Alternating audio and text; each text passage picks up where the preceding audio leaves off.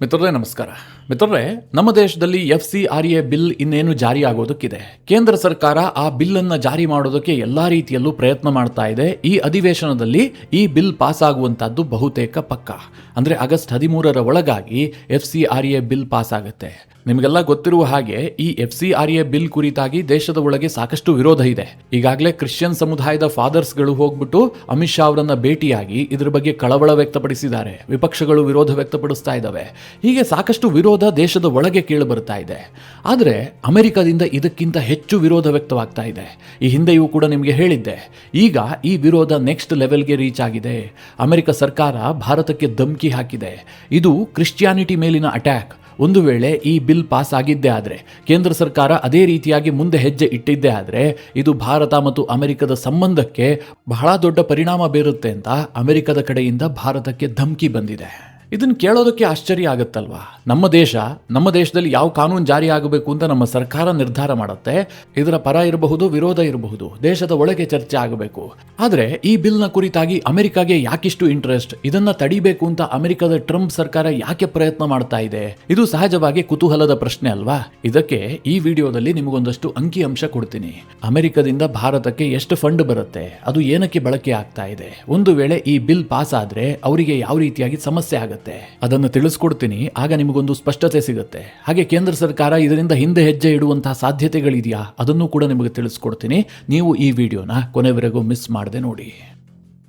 FCRA foreign contribution regulation act. ಗೃಹ ಸಚಿವ ಅಮಿತ್ ಶಾ ಈ ಬಿಲ್ನ ಬಗ್ಗೆ ವಿಶೇಷ ಆಸಕ್ತಿಯನ್ನು ವಹಿಸಿ ಇದನ್ನ ಕಾನೂನು ಮಾಡೋದಕ್ಕೆ ಹೊರಟಿದ್ದಾರೆ. ಈ ಬಾರಿಯ ಸಂಸತ್ ಅಧಿವೇಶನದ ಅಜೆಂಡಾಗಳಲ್ಲಿ ಈ ಬಿಲ್ ಕೂಡ ಇದೆ. ಸದ್ಯ ಕಲಾಪಗಳು ಸುಸೂತ್ರವಾಗಿ ನಡೀತಾ ಇಲ್ಲ. ವಿಪಕ್ಷಗಳು ಆಕ್ಷೇಪ ವ್ಯಕ್ತಪಡಿಸ್ತಾ ಇದ್ದಾವೆ. ಪ್ರತಿನಿತ್ಯ ಧರಣಿ ಆಗ್ತಾ ಇದೆ. ಕಲಾಪ ಮುಂದೂಡಿಕೆ ಆಗ್ತಾ ಇದೆ.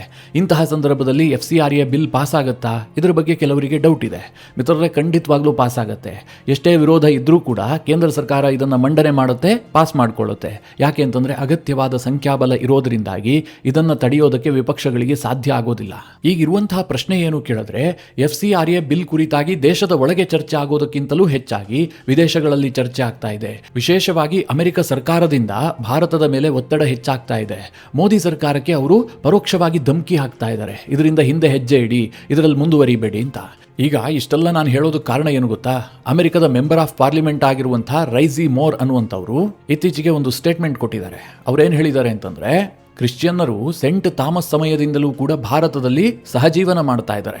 ಭಾರತಕ್ಕೆ ಕ್ರಿಶ್ಚಿಯಾನಿಟಿ ಹೊಸದಲ್ಲ.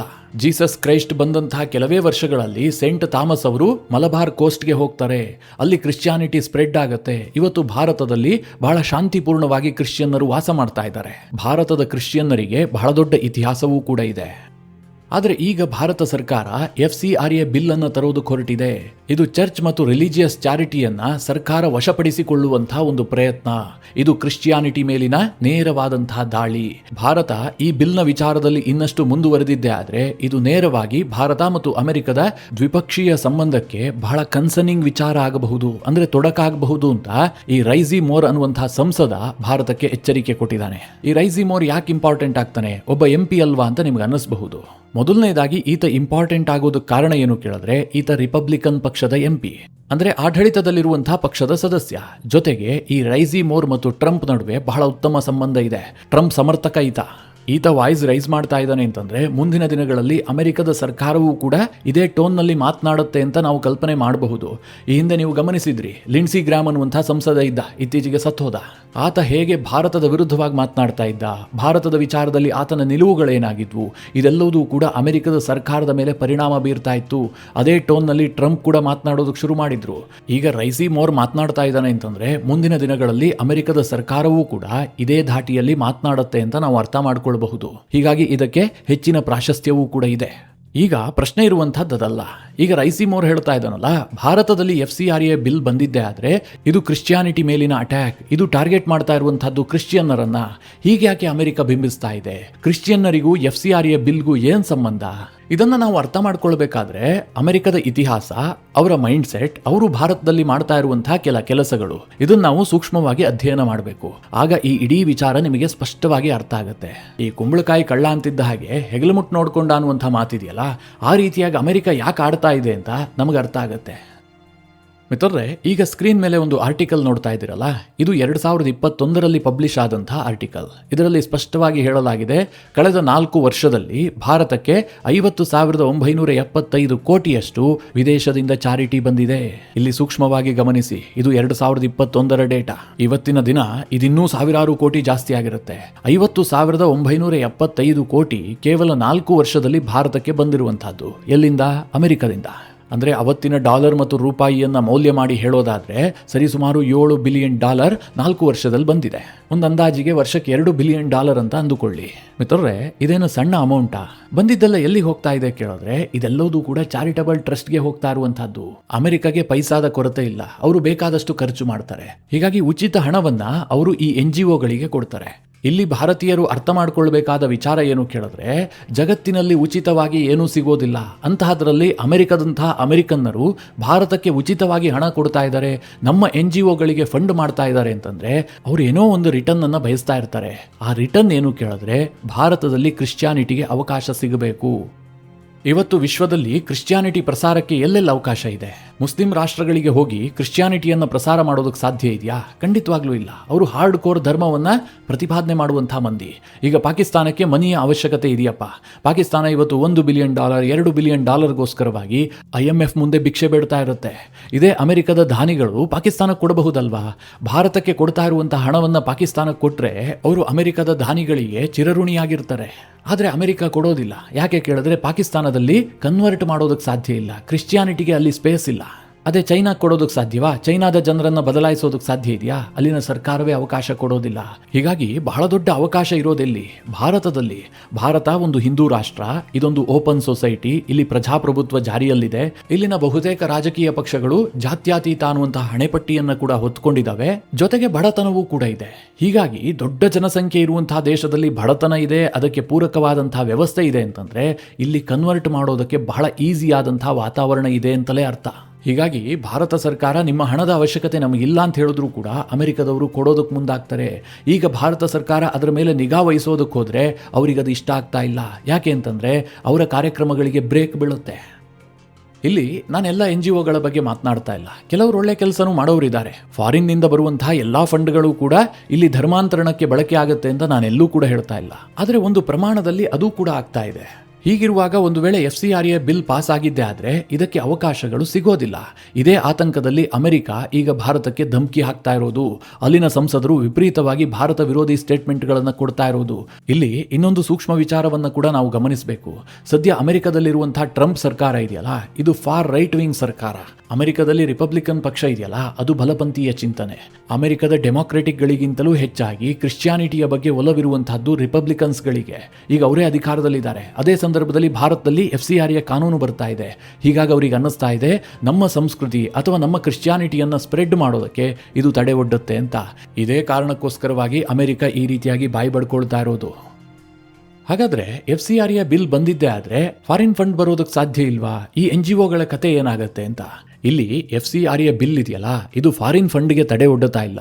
ಅದು ಕ್ರಿಶ್ಚಿಯನ್ ಮೆಷಿನರಿಗಳಿರಬಹುದು, NGOಗಳಿರಬಹುದು, ಯಾರು ಬೇಕಾದರೂ ಫಾರಿನ್ನಿಂದ ಫಂಡನ್ನು ಕಲೆಕ್ಟ್ ಮಾಡಬಹುದು. ಈಗ ಉದಾಹರಣೆಗೆ ಟ್ರಂಪ್ ಇದಾನಪ್ಪ, ಅವನ ಬಳಿಯಲ್ಲಿ $ಬಿಲಿಯನ್ಸ್ ಹಣ ಇದೆ. ಒಂದು ವೇಳೆ ಆ ಟ್ರಂಪ್ ಭಾರತದ ಯಾವುದೋ ಒಂದು NGOಗೆ $1 ಬಿಲಿಯನ್ ಅನ್ನು ಅಥವಾ $2 ಬಿಲಿಯನ್ ಹಣವನ್ನು ಕೊಡಬೇಕು ಅಂತ ತೀರ್ಮಾನ ಮಾಡಿದ್ರು ಅಂತ ಭಾವಿಸಿ. ಅದಕ್ಕೆ FCRA ಬಿಲ್ ಯಾವುದೇ ರೀತಿಯಲ್ಲೂ ತಡೆ ಒಡ್ಡೋದಿಲ್ಲ. ಮುಕ್ತವಾಗಿ ಆ ಹಣವನ್ನು ಕೊಡೋದಕ್ಕೆ ಅವಕಾಶ ಇದೆ. ಆದರೆ ಈ ಬಿಲ್ ಪಾಸ್ ಆಗೋದ್ರಿಂದ ಏನಪ್ಪ ಆಗುತ್ತೆ ಕೇಳಿದ್ರೆ, ಬಂದಂಥ ಹಣವನ್ನು ಯಾವುದಕ್ಕೆ ಖರ್ಚು ಮಾಡಿದ್ದೀವಿ, ಯಾವುದಕ್ಕೋಸ್ಕರವಾಗಿ ಹಣ ಸ್ವೀಕರಿಸಿದ್ದೀವಿ, ಈ ದಾಖಲೆಯನ್ನು ಕೇಂದ್ರ ಸರ್ಕಾರಕ್ಕೆ ಸಬ್ಮಿಟ್ ಮಾಡಬೇಕಾಗತ್ತೆ. ಅಂದರೆ NGOಗಳು ಅಕೌಂಟಬಲ್ ಆಗಿರಬೇಕಾಗತ್ತೆ. ಈ ಹಿಂದೆ ಏನಾಗ್ತಾ ಇತ್ತು, ಹಣ ಬರ್ತಾ ಇತ್ತು, ಅವ್ರು ಯಾವುದಕ್ಕೋ ಖರ್ಚು ಮಾಡ್ತಾ ಇದ್ರು, ಅದನ್ನು ಕೇಂದ್ರ ಸರ್ಕಾರ ಮಾನಿಟರ್ ಮಾಡ್ತಾ ಇರಲಿಲ್ಲ. ಈಗ ಪ್ರತಿಯೊಂದನ್ನು ಕೂಡ ಬಹಿರಂಗಪಡಿಸಬೇಕಾಗತ್ತೆ. ಇಷ್ಟು ಹಣ ಬಂದಿದೆ, ನಾವು ಇಂತಿಂತಹ ಕೆಲಸಕ್ಕೆ ಬಳಸಿದ್ದೀವಿ ಅಂತ. ಆ ಸಂದರ್ಭದಲ್ಲಿ ಒಂದು ವೇಳೆ ಆ NGO ಏನಾದರೂ ದೇಶ ವಿರೋಧಿ ಕೃತ್ಯಗಳಿಗೆ ಆ ಹಣ ಬಳಕೆ ಮಾಡಿದ್ದು ಗೊತ್ತಾಗಿದ್ದೆ ಆದರೆ ತಕ್ಷಣದಲ್ಲೇ ಅವರ FCRA ಲೈಸೆನ್ಸ್ ರದ್ದಾಗತ್ತೆ. ಅಂದರೆ ಫಾರಿನ್ನಿಂದ ಡೊನೇಷನ್ ಪಡೆಯುವಂತಹ ಲೈಸೆನ್ಸ್ ಇದೆಯಲ್ಲ, ಅದು ಕ್ಯಾನ್ಸಲ್ ಆಗುತ್ತೆ. ಅದಷ್ಟು ಮಾತ್ರ ಅಲ್ಲ, ಆ NGOದ ಎಲ್ಲ ಆಸ್ತಿಯನ್ನು ಮುಟ್ಟುಗೋಲು ಹಾಕಿಕೊಳ್ಳೋದಕ್ಕೆ ಸರ್ಕಾರಕ್ಕೆ ಅವಕಾಶ ಇರುತ್ತೆ. ಕೆಲ NGOಗಳು ನೂರಾರು ವರ್ಷಗಳಿಂದ ಇದ್ದಾವೆ. ಬ್ರಿಟಿಷರ ಕಾಲದ NGOಗಳು ಕೂಡ ಇದ್ದಾವೆ. ಆ ಸಂಸ್ಥೆಗಳು ಭಾರತದಲ್ಲಿ ಎಲ್ಲೊಂದು ಭಾಗದಲ್ಲಿ ಒಂದಷ್ಟು ಆಸ್ತಿಯನ್ನು ಹೊಂದಿರ್ತವಲ್ವಾ? ಶಿಕ್ಷಣ ಸಂಸ್ಥೆಗಳಿರಬಹುದು, ಆಸ್ಪತ್ರೆಗಳಿರಬಹುದು, ಹೀಗೆ ಬೇರೆ ಬೇರೆ ಆಸ್ತಿಗಳು ಆ NGO ಹೆಸರಿನಲ್ಲಿರುತ್ತೆ. ಒಂದು ವೇಳೆ ಫಾರಿನ್ನಿಂದ ದೇಣಿಗೆಯನ್ನು ಸಂಗ್ರಹಿಸಿ ಅದನ್ನು ಇಲ್ಲಿ ಅಕ್ರಮವಾಗಿ ಬಳಕೆ ಮಾಡಿದ್ದು ಗೊತ್ತಾಗಿದ್ದೇ ಆದರೆ, ಅಂದರೆ ದೇಶ ವಿರೋಧಿ ಕೃತ್ಯಗಳಿಗೆ ಬಳಸಿದ್ದೇ ಆದರೆ, ಆ ಸಂದರ್ಭದಲ್ಲಿ ಆ ಎಲ್ಲ ಆಸ್ತಿಯನ್ನ ಕೇಂದ್ರ ಸರ್ಕಾರ ಮುಟ್ಟುಗೋಲು ಹಾಕಿಕೊಳ್ಳಬಹುದು. ಈ ಹೊಸ FCRA ಬಿಲ್ ಕೇಂದ್ರ ಸರ್ಕಾರಕ್ಕೆ ಆ ಸಾಮರ್ಥ್ಯವನ್ನು ಕೊಡುತ್ತೆ. ಇದೇ ಈಗ NGOಗಳಿಗೆ ತಲೆ ಕೆಡಿಸಿರುವಂತಹದ್ದು. ನೀವು ಕೂಲಂಕುಷವಾಗಿ FCRA ಬಿಲ್ ಅನ್ನ ಅಧ್ಯಯನ ಮಾಡಿದ್ದೇ ಆದರೆ ಇದಕ್ಕೆ ತಲೆ ಕೆಡಿಸ್ಕೊಳ್ಬೇಕಾದಂತಹ ಅವಶ್ಯಕತೆಯೇ ಇಲ್ಲ. ನಾನೇನು ತಪ್ಪು ಮಾಡೋದಿಲ್ಲಪ್ಪ, ಪಾರದರ್ಶಕವಾಗಿದ್ದೀನಿ ಅಂತಂದ್ರೆ ಇದ್ರ ಬಗ್ಗೆ ನೀವು ಮಾತೇ ಆಡಬೇಕಾಗಿಲ್ಲ. ಎಷ್ಟಾದರೂ ಫಾರಿನ್ ಫಂಡ್ ಬರಲಿ, ಬೇಕಾದ್ರೆ ಒಂದಲ್ಲ $20 ಬಿಲಿಯನ್ ಹಣವನ್ನ ಯಾವುದೊಂದು NGOಗೆ ಕೊಟ್ಟರೂ ಕೂಡ ಸರ್ಕಾರ ಅದನ್ನ ರೆಗ್ಯುಲೇಟ್ ಮಾಡೋದಿಲ್ಲ. ಯಾವಾಗ ಸರ್ಕಾರ ಅದನ್ನ ರೆಗ್ಯುಲೇಟ್ ಮಾಡುತ್ತೆ, ಅದ್ರ ಮೇಲೆ ಕಣ್ಣು ಹಾಕತ್ತೆ ಕೇಳಿದ್ರೆ ಆ ಹಣ ಭಾರತದಲ್ಲಿ ದೇಶ ವಿರೋಧಿ ಕೃತ್ಯಕ್ಕೆ ಬಳಕೆ ಆದ್ರೆ ಮಾತ್ರ. ಈಗ ಅಮೆರಿಕ ಸಾಕಷ್ಟು ವಿರೋಧ ವ್ಯಕ್ತಪಡಿಸ್ತಾ ಇದೆ, ಅಲ್ಲಿನ ಸಂಸದರು ಇದಕ್ಕೆ ಆಕ್ಷೇಪ ವ್ಯಕ್ತಪಡಿಸ್ತಾ ಇದ್ದಾರೆ ಅಂತಂದ್ರೆ ಅದನ್ನು ಸೂಕ್ಷ್ಮವಾಗಿ ಅರ್ಥ ಮಾಡ್ಕೊಳ್ಳಿ. ಇಷ್ಟು ದಿನಗಳ ಕಾಲ ಅವರು ಭಾರತ ವಿರೋಧಿ ಕೃತ್ಯಕ್ಕೋಸ್ಕರವಾಗಿಯೇ ಆ ಹಣವನ್ನು ಕೊಡ್ತಾ ಇದ್ರು ಅಂತ. ನೋಡಬೇಕು ಮುಂದೇನಾಗತ್ತೆ ಅಂತ. ಕೇಂದ್ರ ಸರ್ಕಾರ ಯಾವ ರೀತಿಯಾಗಿ ಆ ಬಿಲ್ಲನ್ನು ಯಶಸ್ವಿಯಾಗಿ ಪಾಸ್ ಮಾಡಿಕೊಳ್ಳುತ್ತೆ, ಅದು ಜಾರಿ ಆದ ಬಳಿಕ ಅಮೆರಿಕದ ಟ್ರಂಪ್ ಸರ್ಕಾರ ಯಾವ ರೀತಿಯಾಗಿ ರಿಯಾಕ್ಟ್ ಮಾಡುತ್ತೆ, ಇದೆಲ್ಲವೂ ಕೂಡ ಕುತೂಹಲದ ಸಂಗತಿಯೇ. ಆ ಸಂದರ್ಭದಲ್ಲಿ ನಿಮಗೆ ವಿಡಿಯೋ ಮಾಡಿ ತಿಳಿಸುವಂತಹ ಪ್ರಯತ್ನ ಮಾಡ್ತೀನಿ. ಮಿತ್ರರೇ, ಈ ವಿಚಾರದ ಕುರಿತಾಗಿ ನಿಮ್ಮ ಅನಿಸಿಕೆ ಅಭಿಪ್ರಾಯಗಳೇನು ಕಮೆಂಟ್ ಮಾಡುವ ಮೂಲಕ ನಮಗೆ ತಿಳಿಸಿ. ಹಾಗೆ ನಿಮಗೆ ಈ ವಿಡಿಯೋ ಇಷ್ಟವಾದರೆ ಲೈಕ್ ಮಾಡಿ. ಜೊತೆಗೆ ನೀವಿನ್ನೂ ನಿಮ್ಮ ನೆಚ್ಚಿನ ಸಂಸ್ಕಾರ ಸೌರಭ ಯೂಟ್ಯೂಬ್ ಚಾನಲ್ನ ಸಬ್ಸ್ಕ್ರೈಬ್ ಮಾಡಿಲ್ಲ ಅಂತಾದರೆ ಈ ಕೂಡಲೇ ಸಬ್ಸ್ಕ್ರೈಬ್ ಮಾಡಿ. ಮುಂದಿನ ಎಲ್ಲ ಅಪ್ಡೇಟ್ಗಳ ನೋಟಿಫಿಕೇಷನ್ಗಾಗಿ ಬೆಲ್ ಐಕಾನ್ ಒತ್ತಿ.